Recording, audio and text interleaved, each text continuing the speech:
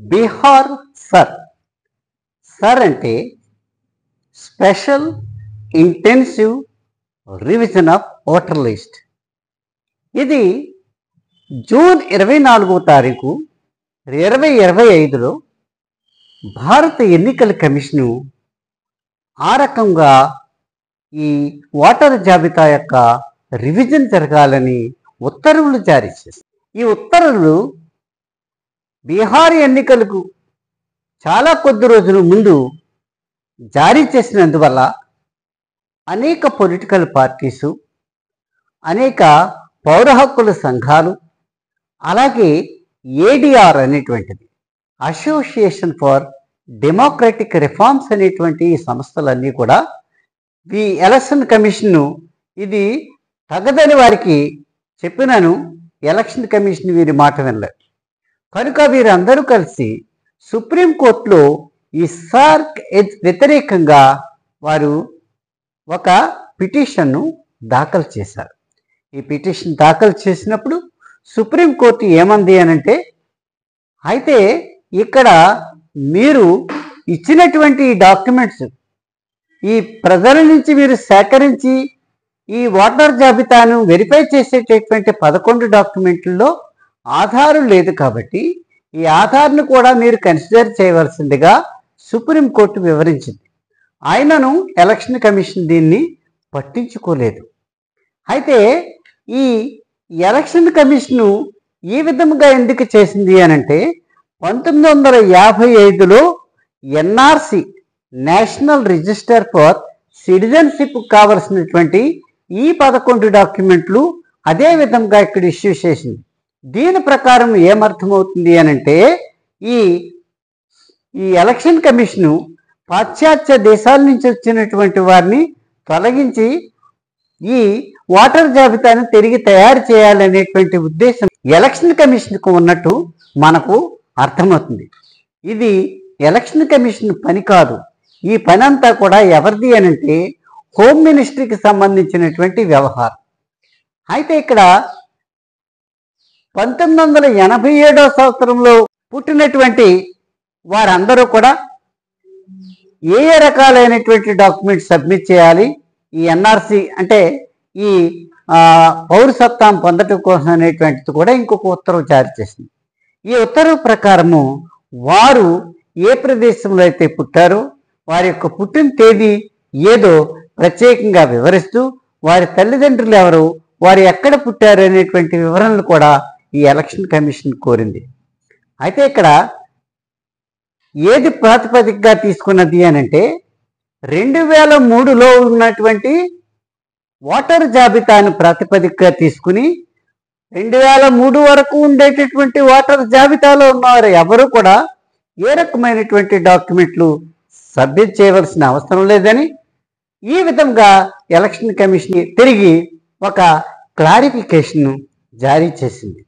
అయితే ఈ సర్ని ఛాలెంజ్ చేస్తూ ఉండేటటువంటి ఈ పౌర హక్కుల సంఘాలు ఇవన్నీ కూడా ఇది సరైనటువంటి పద్ధతి కాదు, ఎలక్షన్కి చాలా దగ్గరలో మీరు ఆదరాబాదరగా ఆర్డర్ చేసినటువంటి విషయము మంచిది కాదు అని తిరిగి సుప్రీంకోర్టును వారు ఆశ్రయిస్తే సుప్రీంకోర్టు ఏ విధంగా ఆదేశాలు జారీ చేసింది అని అంటే, ఈ అనేటువంటిది స్పెషల్ ఇంటెన్సివ్ రివిజన్ అనేటువంటిది ఎలక్షన్ కమిషన్ చేయవచ్చు కాబట్టి దీని మీద ఏ విధంగానూ మేము ఇంటర్ఫియర్ కావను అనేటువంటి విషయాన్ని వారు చెప్పి వదిలేశారు.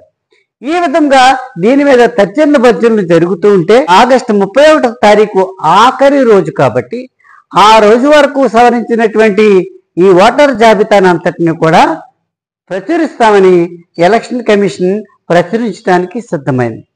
అయితే ఇక్కడ ఈ ఎలక్షన్ కమిషన్ ప్రచురించినటువంటి లిస్టులో సుమారు 7,40,00,000 మంది ఉండేటటువంటి బీహార్ ఎన్నికల ఓటర్ జాబితాలో ఇంచుమించు 65 లక్షల మందిని తొలగించి ఎలక్షన్ కమిషను వారి యొక్క జాబితాను రిలీజ్ చేసింది.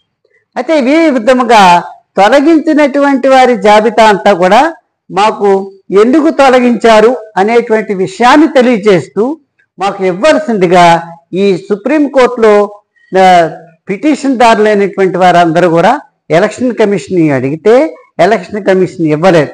తిరిగి మరలా సుప్రీంకోర్టును వారు ఆశ్రయిస్తే ఎలక్షన్ కమిషన్ ప్రత్యేకమైనటువంటి ఉత్తర్వులు జారీ చేసింది.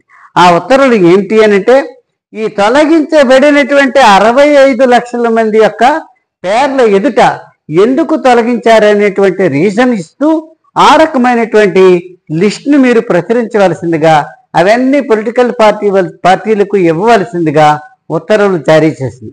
ఇదే సమయంలో గడువు ముగిట వలన ఈ ఎస్ఐఆర్ పూర్తయినందువలన తిరిగి దీన్ని ఎక్స్టెండ్ చేయమని కూడా ఈ పౌర హక్కుల సంఘం వారు అడిగితే సుప్రీంకోర్టు ఏం చెప్పింది అంటే, బీహార్ ఎలక్షన్ నోటిఫికేషన్ ఇచ్చిన తర్వాత ఆ నోటిఫికేషన్లో పోటీ చేసేటటువంటి వారు నామినేషన్స్ చివరి తేదీ వరకు ఈ రకమైనటువంటి ఎస్ఐఆర్ కంటిన్యూ చేయాలని, ఎవరైతే ఆధార్ ఉండేటటువంటిది, ఆధార్ అనేటువంటి ప్రత్యేకమైనటువంటి గుర్తింపు కార్డేనని, ఆధార్ ఉన్న వారందరినీ కూడా తిరిగి ఈ జాబితాలో చేర్చుకోవాలని సుప్రీంకోర్టు ఆదేశాలు జారీ చేసింది.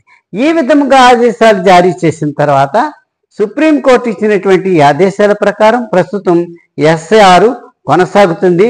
దీనిలో వచ్చినటువంటి విషయాలు ఏంటంటే, 31వ తారీఖు కల్లా ఇంచుమించు సుమారు 35 లక్షల మంది చనిపోయారని, 22 లక్షల మంది ఎక్కడికో వెళ్ళిపోయి వారి యొక్క ఆచూకీ తెలియలేదనే విషయము దీని ద్వారా తెలియజేస్తుంది.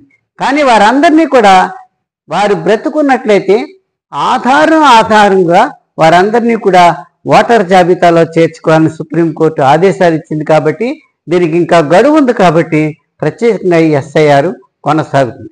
ఇక్కడ మన అభిప్రాయాలు ఏంటంటే, ఓటర్ లిస్ట్ నుంచి ఎవరినైనా తొలగించారు అని అంటే ఆ ఓటరు పోటీ చేయడానికి అర్హతను కోల్పోతున్నారు. కాబట్టి ఓటర్ లిస్టు తయారు చేయడంలో ఈ ఎలక్షన్ కమిషన్ చాలా జాగ్రత్తలు పాటించవలసి ఉంటుంది. అయితే రాహుల్ గాంధీ గారు లేవనెత్తినటువంటి అంశం ఏంటంటే, అత్యధికంగా ఓటర్లు జాయిన్ చేసుకుని ఇక్కడ ఎలక్షన్ గెలిచారనేటువంటి విషయం మీద ఎలక్షన్ కమిషన్ ఏమిచ్చింది అని అంటే, మీరు ఒక అఫిడవిట్ సబ్మిట్ చేస్తే ఆ అఫిడవిట్ ప్రకారం మేము తగు చర్యలు తీసుకుంటామని చెప్పింది. అయితే రాహుల్ గాంధీ గారిని ఈ విధముగా క్రిమినల్ చర్యలకు ప్రేరేపించటం మంచిది కాదు. ఎందుకనంటే ఎలక్షన్ కమిషన్ అనేటువంటిది ఏ సామాన్య భారతీయుడైనను దానికి సంబంధించినటువంటి వ్యతిరేకంగా వచ్చినటువంటి ఏ విషయమునైనా సరే కూలంకషంగా వివరించవలసినటువంటి అవసరము అంతిమముగా ఎలక్షన్ కమిషనే. కాబట్టి ఇటువంటి వాటిని ప్రెస్టేజ్గా తీసుకోకుండా ఖచ్చితంగా ఏం జరిగింది ఏమిటి అనేటువంటి విషయాలు ప్రజలకు చేయవలసినటువంటి అవసరం ఉంది. ఆ విధంగా ఇది ప్రజలకు తెలియచేయకపోతే ఈ ఎలక్షన్ కమిషన్ మీద వచ్చినటువంటి ఆరోపణలన్నీ నిజముగా భావించవలసి వస్తుంది. ప్రజలందరికీ ఈ స్వతంత్ర ప్రతిపత్తి కలిగినటువంటి ఈ ఎలక్షన్ కమిషన్ పార్షియల్గా అంటే పారదర్శకంగా కాక ఏదో ఒక పక్కన వంగి ఎలక్షన్లు జరిగిస్తుంది అనేటువంటి అనుమానం కూడా లేవనెత్తేటటువంటి అవకాశం ఉంది.